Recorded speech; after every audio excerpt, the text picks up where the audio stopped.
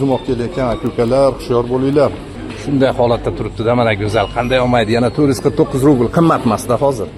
O'qlash, aldash dinimizda haromligini, qonunlarda mumkin emasligini bilib turib bu ishlarni qilganimizdan keyin kim aybdorligini qo'yib turing. Elga, yurtga barokat kirmayapti-ku buning orqasidan. O'shaning uchun boshqa davlatning mevalari mana bunday bo'lib bozorlarda egalladi-ku. Bizning mevalarning o'rniga boshqa davlat mevalari sotilyapti-ku. Mana bunday narsalar ketyapti-ku. Nimaga biznikilar yo'q? Ha? Kim bunga bu savolga javob beradi? Bunga nima sabab ekan? Nima sabab bo'lar edi?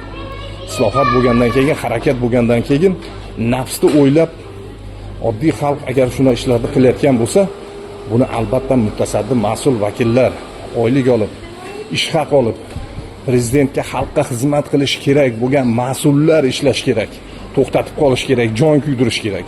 Pishmagan yuk chiqib ketishiga sabab bo'lib, o'shalarni qolmasdan, o'shalarni to'xtatishga harakat qilmayotganlar aybdor emasmi? Xom uzumni chiqarib olib, eksport bo'lsin, plan bo'lsin degan hurmatli mutasaddilar, sizlar ham hushyor bo'linglar. Bu yoqqa olib kelib, sotilib, investitsiya, u yoqqa pul kirishi bor.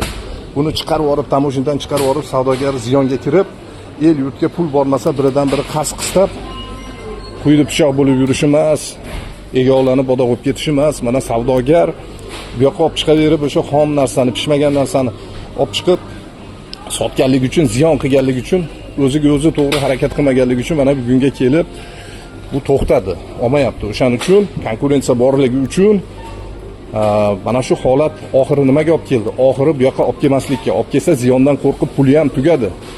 O'sha narsa uchun to'xtab qoldi. Bu sizlarning o'sha qilgan xatolaringiz. Sifatdan ko'ra soniga e'tibor beraylik, eksport bo'lsin deb turib nazoratga olmaganlaringiz, xom narsalarni chiqarib olganda qancha faktlar tashladik. Nima uchun biz kuyundik? Xaridor bor, olyapti, lekin biznikini olmayapti, to'g'ri tushuninglar. Biznikini olganda bu supermarketlarda sizlar jo'natayotgan uzumlar bo'lish kerak edi.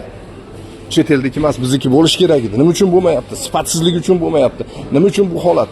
Bunga kim aybdor? Dehqon uz berdimi, savdogar olib chiqib ketdimi? Mayli, ulardan qancha ularga insof so'radik. Lekin ular tushunmasa davlatning brendi turuvdi, investitsiya kirish kerak edi. Bunga sizlar, naloglar kirish kerak edi. Sizlar to'xtatib qolishlaringiz kerak edi. Sizlar maosh olib, prezidentga, xalqqa xizmat qilishlaringiz kerak edi.